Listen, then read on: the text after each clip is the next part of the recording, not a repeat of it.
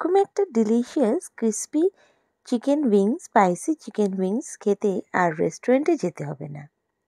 অনায়াসে বাড়িতে বানিয়ে ফেলুন এই ডিলিশিয়াস ক্রিস্পি স্পাইসি চিকেন উইংসের রেসিপি। নমস্কার বন্ধুরা, মাদার সিম্পল কিচেনের তরফ থেকে আমি অন্তশ্রী আপনাদের সকলকে জানাই স্বাগত। নতুন দিনে নতুন রেসিপি নিয়ে আবার হাজির হয়ে গেছি। আজকে আমাদের recipe spicy crispy chicken wings. চলুন দেখে নেওয়া যাক কী করে করছি। এর জন্য দরকার আমাদের চিকেন উইংস। এখানে আমি চিকেন উইংস স্কিন নিয়েছি 1 কেজি। এই রেসিপিটার জন্য চিকেন উইংসের স্কিন সহ নেওয়ার চেষ্টা করবেন, তাহলেই এটা বেশি ক্রাঞ্চি হবে, খুব সুন্দর হবে খেতে। দেখুন আমি এখানে গোটা চিকেন উইংসটা নিয়েছি, এটাকে আমি 2 টুকরোয় করে নিচ্ছি।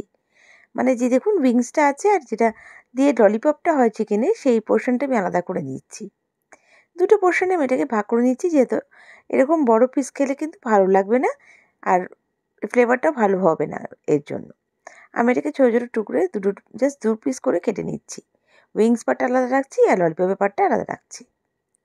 আপনারা চাইলে 2 রেসিপি কিন্তু আলাদা করেও করতে পারেন, শুধু ললিপপ হিসেবেও এই রেসিপিটা করতে পারেন বা উইংস হিসেবে দিয়ে করতে পারেন। আমি এটা দুটো একসাথে মিলিয়েই করছি। দেখুন সব উইংসগুলোকে আমি সুন্দর করে কেটে নিচ্ছি। আর উইংসগুলো কিন্তু ভালো করে পরিষ্কার করে রাখা আছে, যাতে কোনো ফেদার না থাকে চিকেনের। এবার দেখুন আমি এটাকে ম্যারিনেশন করব। এর জন্য আমি নিয়েছি এখানে লঙ্কা গুঁড়ো। আমি এখানে 1 চামচ লঙ্কা গুঁড়ো নিচ্ছি।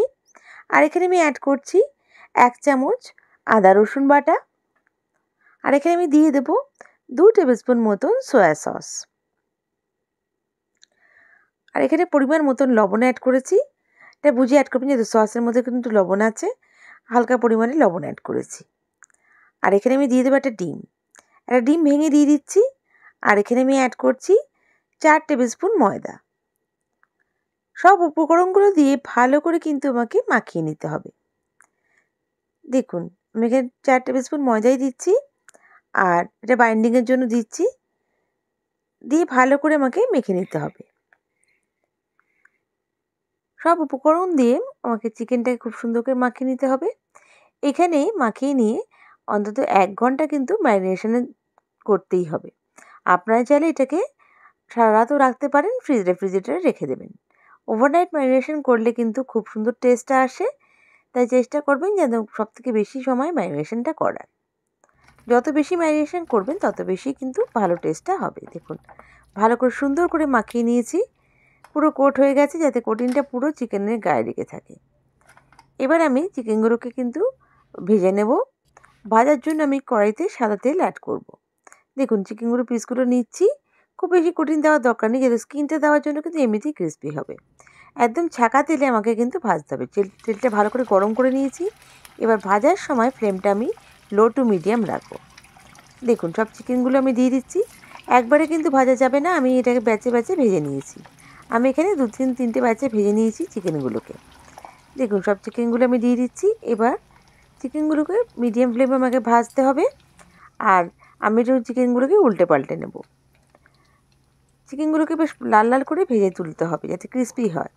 এখানে যেহেতু আমি স্কিন সুতো নিয়েছি, এই জন্য কিন্তু চিকেনটা খুব ভালো ক্রিস্পি হবে। দেখুন সব চিকেনগুলোকে আমি উল্টে পাল্টে নিচ্ছি।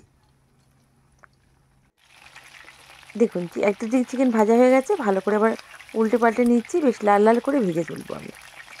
এই রেসিপিটাতে আপনারা কিন্তু এইভাবেও চিকেন উইংসগুলো জাস্ট খেতে নিতে পারেন, এত টেস্টি হয় এটা।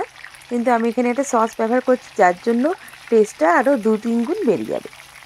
এই সসের সঙ্গে দিলে পরে খুব সুন্দর লাগে এই চিকেন উইংসগুলোকে খেতে।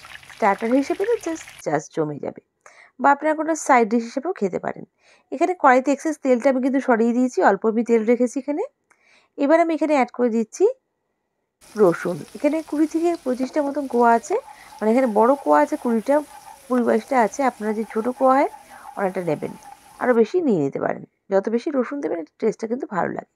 বেশ ব্রাউন ব্রাউন করে ভেজে নিয়ে আমি এখানে সস অ্যাড করছি 4 table spoon tomato sauce, 2 table spoon vinegar দিচ্ছি, 2 টেবিল স্পুন সয়া সস, 1 চামচ চিলি পাউডার দিচ্ছি। যেহেতু এটা স্পাইসি চিকেন উইং, আমি এখানে কিন্তু চিলি পাউডার বেশি অ্যাড করেছি। আপনারা যদি স্পাইস কম খেতে চান তাহলে একটু কম অ্যাড করবেন।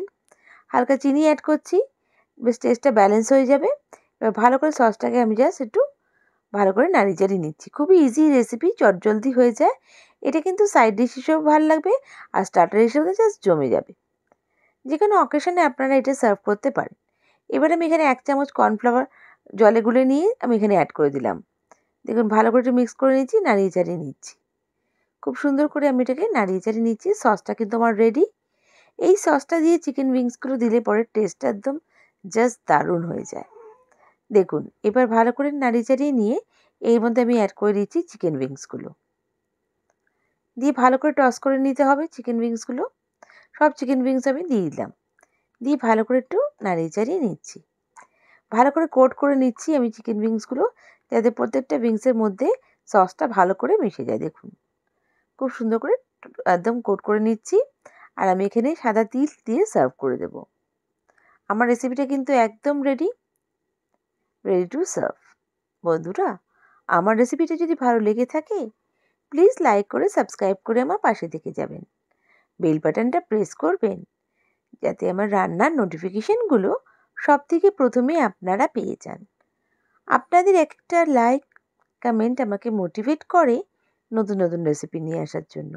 আর বন্ধুরা, আপনারা যদি আমার রেসিপিটা ফেসবুক থেকে দেখে থাকেন তাহলে আমার পেজটাকে লাইক করে ফলো করে দেবেন প্লিজ।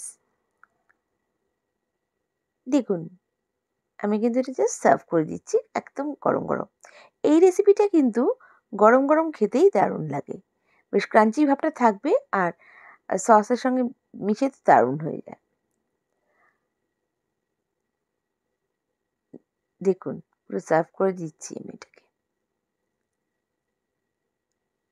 আর আমার এই রেসিপিটা কেমন লাগলো আমায় কমেন্ট করে নিশ্চয়ই জানাবেন।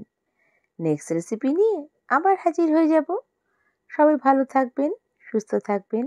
বাই। Thank you.